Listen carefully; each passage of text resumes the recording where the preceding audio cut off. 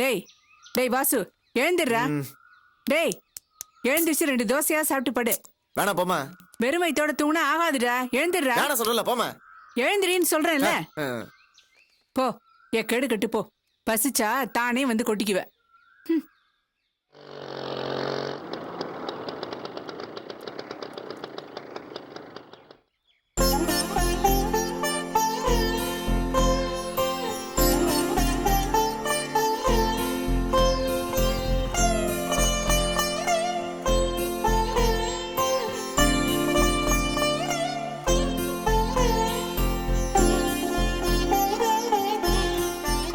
யாருமா? யாரோ வராங்கடி.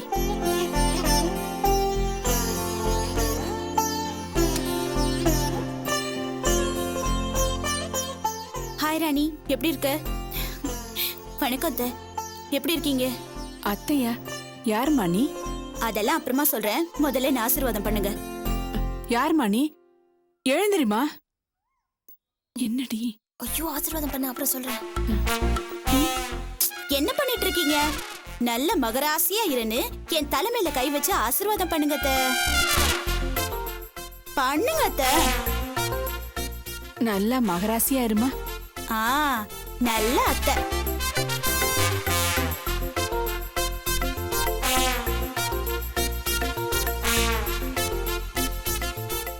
யாருமா நீ? எதுக்கு கால்ல விழுந்த என்ன போய் அத்தைங்கிற? என் பேரு. ஆமா, அது யாரு தூங்குறது? வாசுவா? ஆமா. என்ன இந்த நேரத்துல தூங்குறாரு? வேலைக்கு எதுவும் முயற்சி பண்ணலையா? இப்பதான் வெளியில போயிட்டு வந்து படுத்திருக்கான். என்ன இருந்தாலும் ஒரு ஆம்பளை பகல்ல தூங்க கூடாது. வாசு, வாசு, வாசு. அவனை தூங்கும் போது எழுப்புனா கத்துவான். கத்துவானா? இத பாருங்க, நான் இந்த வீட்டுக்கு வந்ததுக்கு அப்புறம் இப்படி எல்லாம் யாரையும் தூங்க விட மாட்டேன். வீடு ரொம்ப நீட்டா இருக்கே. எனக்கு வீடு இந்த மாதிரி இருந்தா ரொம்ப பிடிக்கும். ஆமா, இதெல்லாம் யார் கிளீன் பண்றா? ராணியா? அவ எங்க பண்ணுவா? எல்லா வேலையும் நான் தான் பாத்துக்கணும். அப்படியா? சூப்பர் அத்தை. தனி ஆளா இருந்து இவ்வளவையும் டீல் பண்றீங்களே. கை கொடுங்க. கை கொடுங்கண்ணா. ஐய, என்ன இது? அரிஞ்ச இடத்துல அருவமனை காய்கறி எல்லாம் அப்படியே போட்டுட்டு உங்க அம்மாக்கு பக்கத்து வீட்டுல அப்படி என்ன பேச்சு வேண்டிய கிடக்கு? என்னம்மா நடிக்கிறா? எல்லாம் சரி, நீ யாருமா? ஓ, என்னை பத்தி நான் சொல்லவே இல்லைல. அத, என் பேரு நந்தினி. ரிட்டையர்ட் தாசில்தார் ரங்கராஜன் இருக்காருல்ல, அவரோட ஒரே பொண்ணு. டிகிரி முடிச்சுட்டு வேலை பார்த்துட்டு இருக்கேன். அப்படியே ப்ரௌசிங் சென்டர், காஃபி டேன்னு ஜாலியா ஊர் சுத்திட்டு இருக்கேன். ஊர் சுத்துறதோட சேர்த்து உருப்படியா லவ் பண்ணிட்டு இருக்கேன். என் லவ் சக்சஸ்ஃபுல்லா கல்யாணத்துல முடியறதுக்கு நீங்க தான் ஹெல்ப் பண்ணணும். நான் என்ன ஹெல்ப் பண்ணணும்? எங்க கல்யாணத்தை நீங்க தான் நல்லபடியா நடத்தி வைக்கணும். என்னம்மா நீ என்னென்னமோ சொல்ற? உன் காதலான நீ கட்டிக்கணும்னா ரிஜிஸ்டர் ஆபீஸ் தான் போகணும். இங்க ஏமா வந்து சொல்ற? உங்க பிள்ளைய காதலிச்சா உங்ககிட்ட தானே வந்து சொல்லணும். என்னது? ஏன் பிள்ளையா? ஆமாத்த, உங்க பிள்ளை செல்வத்தை நான் உயிருக்கு உயிரா காதலிக்கிறேன். அவர் இல்லாம எனக்கு வாழ்க்கையே இல்லத்த. என்ன உங்க மருமகளா ஏத்துக்கோங்க. மருமகளா?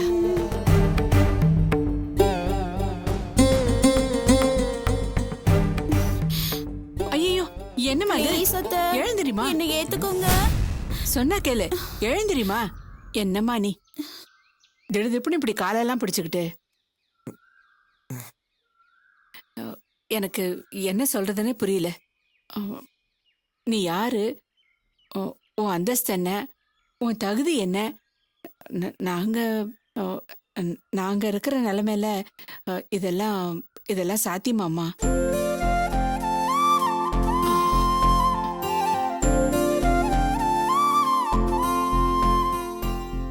அம்மா, நீ உள்ள வா. ஏண்டி? நீ வா, நான் சொல்றேன். ஒரு நிமிஷம் இருமா, அதை வந்துட்டேன்.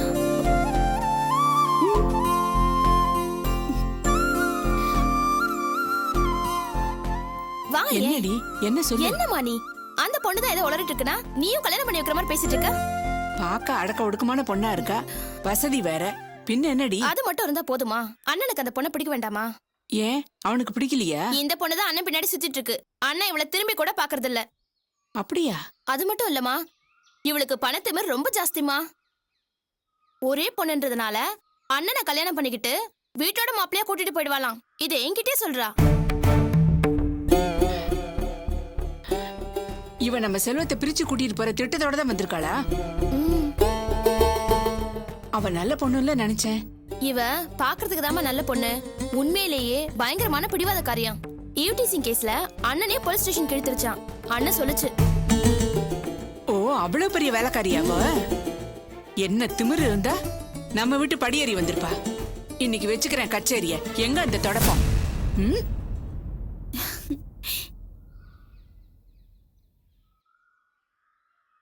என்னத்த என்ன முடிவு பண்ணீங்க? உன்னை அடிச்சு விரட்டலான்னு முடிவு பண்ணிட்டோம்.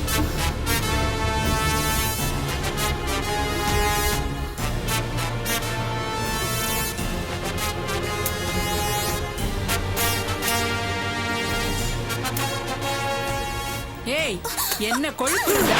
என் வீட்டு படியேறி வந்து என் பிள்ளையவே கேப்ப. எங்கிட்ட இருந்து என் பிள்ளைய பிரிச்சு கூட்டிட்டு போலான்னு பாத்தியா? என்ன தைரியம்டி உனக்கு? படத்துவிரா?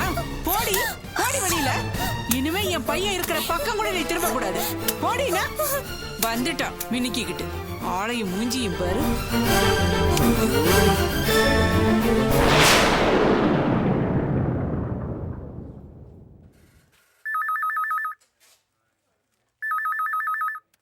ஹலோ ஹலோ மேடம், உங்க அம்மா வந்திருக்காங்க.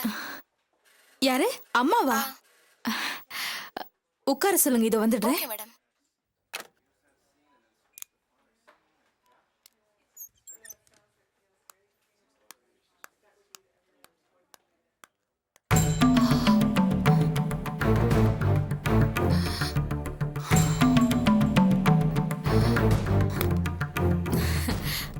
அம்மா, என்ன ஆபீஸ்க்கெல்லாம் வந்திருக்க?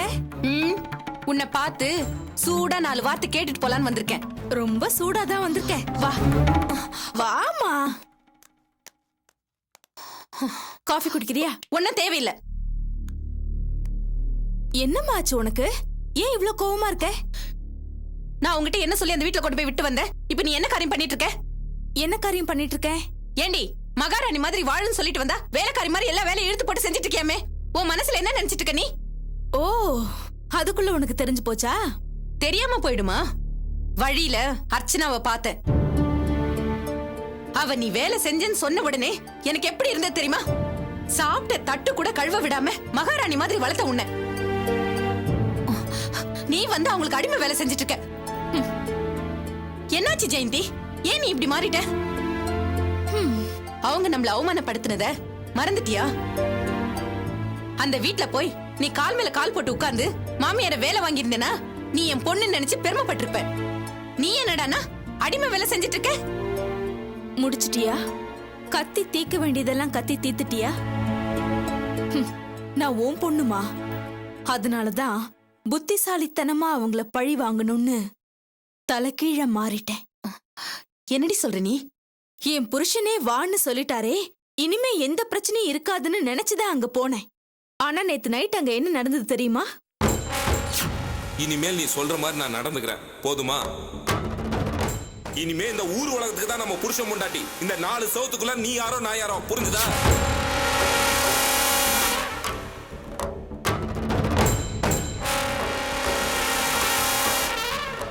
அந்த அர்ச்சனா வாழ்க்கையை நான் கெடுக்க பார்த்தேங்கிற நினைப்புல அவ என்கிட்ட நிறையவே விளையாடிட்டாமா. ரம்யாவை என்கிட்ட பேச வச்சு என்ன ஸ்கூலுக்கு வர சொன்னவ என் புருஷனையும் வர வச்சு என் முகத்துல கரிய பூசிட்டா. அதுக்கப்புறம் என் புருஷனை என் கூட சேர்த்து வைக்கிற மாதிரி டிராமா பண்ணிட்டு அவரை கூப்பிட்டு என் கூட சேர வேண்டான்னு சொல்லிட்டா. உன் பேச்ச மீறி அந்த வினோத்தை கல்யாணம் பண்ணிக்கிட்டு நம்ம தகுதிக்கு கொஞ்சம் கூட பொருத்தம் இல்லாத அந்த குடும்பத்துல இத்தனை வருஷம் குப்பை கொட்டிருக்கனே, அது எதுக்காகமா? நான் அவர் மேல வச்சிருந்த லவ், அந்த லவ்வுக்கே மதிப்பில்லைன்னு ஆயிட்டதுக்கு அப்புறம் என்னால எப்படி தாங்கிக்க முடியும்? அதனாலதான் அந்த அர்ச்சனாவை பழி தீக்கணும்னு முடிவு எடுத்துட்டேன்.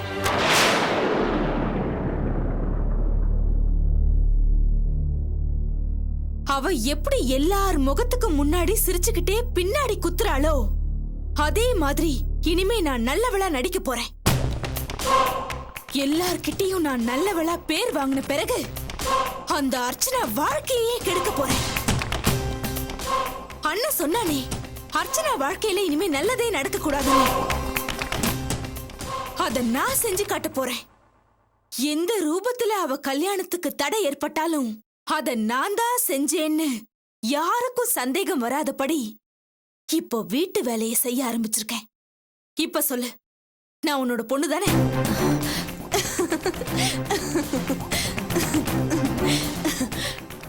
ஒத்துக்கிறேன்டி, நீ என் பொண்ணுதான். ஆனா நீ என்னை விட ஒரு படி மேலேயே இருக்க. நான் எல்லார்கிட்டயும் நேரடியா மோதுவேன், ஆனா நீ தந்திரம் பண்ணி மோதுற. கண்டிப்பா நீ தான் ஜெயிப்ப.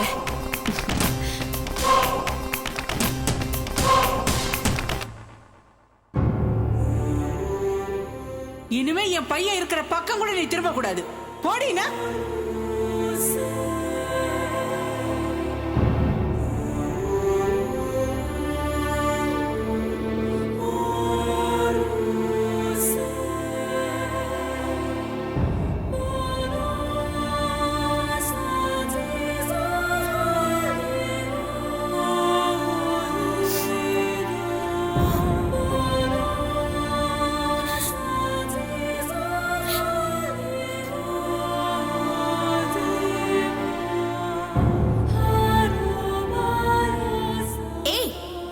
நான் ஒன்னும் யாரோ ஒருத்தி இல்ல, உன் பொண்டாட்டி ஸ்தானத்துல இருந்து பொண்டாட்டிக்கு பேசுறேன். நேர்ல பேசிட்டு இருக்கோம்.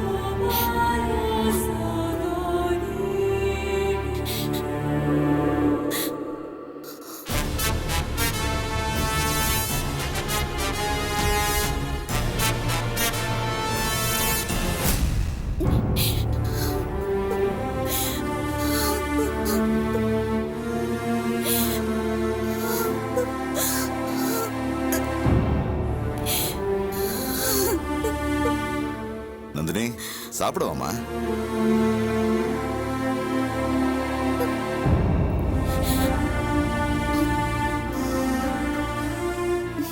ஏய், இந்த பார், பேசாம சாமி கும்பிடு.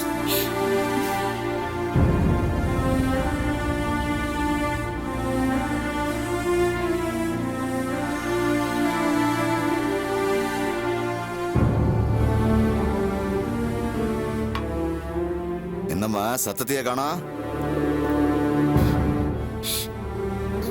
நீ சாப்பிட வந்தா உன்கிட்ட ஒரு முக்கியமான விஷயம் பேசலான்னு பார்த்தேன். என்ன உனக்கு சாப்பிடுற ஐடியாவே இல்லையா?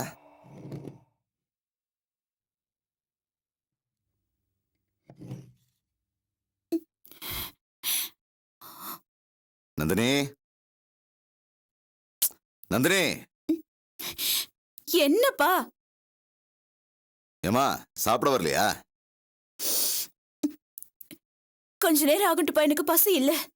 ஒரு முக்கியமான விஷயம் பேசணும்னு சொன்னேன். அத நீ என்னன்னே கேட்கலையே. நம்ம ஃப்ரெண்டு ஸ்ரீனிவாசன் இருக்காருலம்மா, அவர்கிட்ட இருந்து ஒரு ஃபோன் வந்துச்சு. கிட்டத்தட்ட நான் எதிர்பார்த்த மாதிரியான சம்பந்தம்மா. ஸ்ரீனிவாசனோட கசின் ஒருத்தர், வேங்கடபதினு பேரு. அவரும் எனக்கு தெரிஞ்சவர் தான். அவரோட 2வது பையன். அந்த பையனை நானும் பார்த்திருக்கேன். எந்த கெட்ட பழக்கமும் இல்ல, நல்ல பையன், கில்லாடி. போன 3 வருஷத்துல அமெரிக்காவில் ஒரு பிளாட் வாங்கிட்டான்னா பாரு. அந்த பையனுக்கு தான் உன்னை கேட்கலான்னு ஸ்ரீனிவாசன் கிட்ட சொல்லியிருக்காங்க. நான் தான் யோசிச்சு சொல்றேன்னு சொன்னேன். அவங்க நாளைக்கே மேரேஜ்னாலும் ரெடியா தான் இருக்காங்க. எனக்கும் நல்ல இடமா தான் படுது. நீ என்னமா சொல்ற நந்தினி? நந்தினி, என்னப்பா?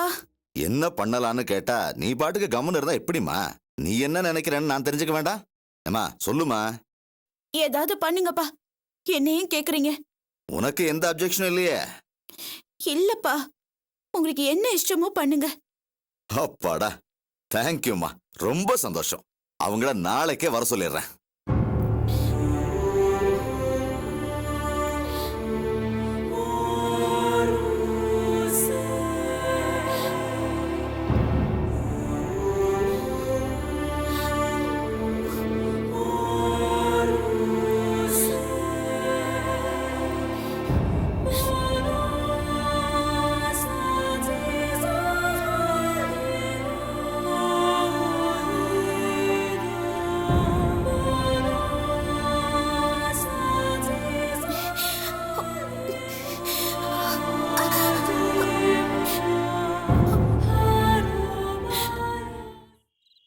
என்னடா வாசு சொல்ற?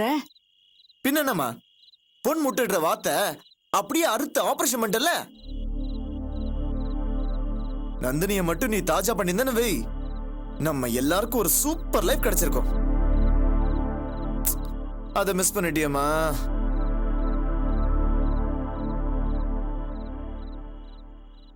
சாம்பார போடு.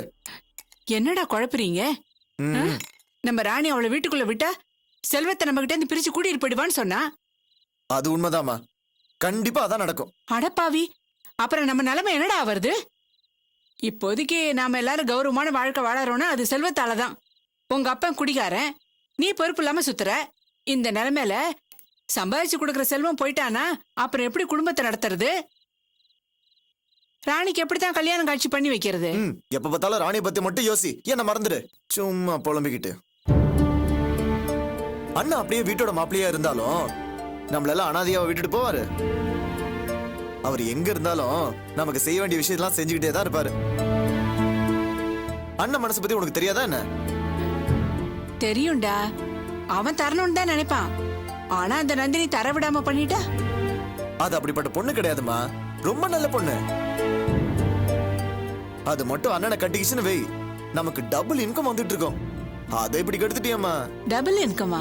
ஆமாமா, நாளைக்கு கல்யாணமே ஆகி போயிட்டாலும் அண்ணன் உன் பேச்ச மீறவே மாட்டாரு. நந்தினி அண்ணன் பேச்ச மீறவே மீறாது. நீ தனியா அண்ணனை பார்த்து காசு வாங்குறத மட்டும் இல்லாம நந்தினிய பார்த்து நீ கண்ணை கசக்குனன்னு வை, அது வேற தனியா தருமா? நிஜமா வாடா? ஆமாமா, நந்தினி நம்மளை விட நல்ல வசதியான பொண்ணு, ரொம்ப தாராள மனசு. அண்ணன் மேல இருக்கும் பயங்கர லவ். அதை மட்டும் கரெக்டா யூஸ் பண்ணிட்டேன்னு வச்சுக்கோ, ரொம்ப நல்லா இருக்கும். இன்னொரு விஷயம் தெரியுமா, நந்தினி அவங்க அப்பாவுக்கு ஒரே பொண்ணு, அவரோட சொத்து ஃபுல்லா நந்தினிக்கு தான். நந்தினி மட்டும் நம்ம வீட்டு மருமகளா வந்தா அவரோட சொத்தெல்லாம் நம்ம சொத்து மாதிரி தானே. அதனால நல்லா டீப்பா திங்க் பண்ணி பாருமா. கேட்கவே பிரமிப்பா இருக்கேடா. ச்சே, இந்த விஷயம் எல்லாம் தெரியாம அந்த பொண்ணை அவமானப்படுத்தி அனுப்பிட்டேனேடா. இப்ப என்னடா பண்றது? நேரா அந்த பொண்ணுகிட்ட போய் மன்னிப்பு கேட்டேன்னு வை, பிரச்சனை சால்வ் ஆயிடும். அந்த பொண்ணு என்ன மன்னிப்பாளா? கண்டிப்பா மன்னிக்கும். நீ மட்டும் அந்த பொண்ணுகிட்ட மன்னிப்பு கேட்டு பாரு. அம்மா, அண்ணனுக்காக அந்த பொண்ணு எவ்வளவு பெரிய அவமானத்தையும் ரொம்ப ஈஸியா எடுத்துக்கும்.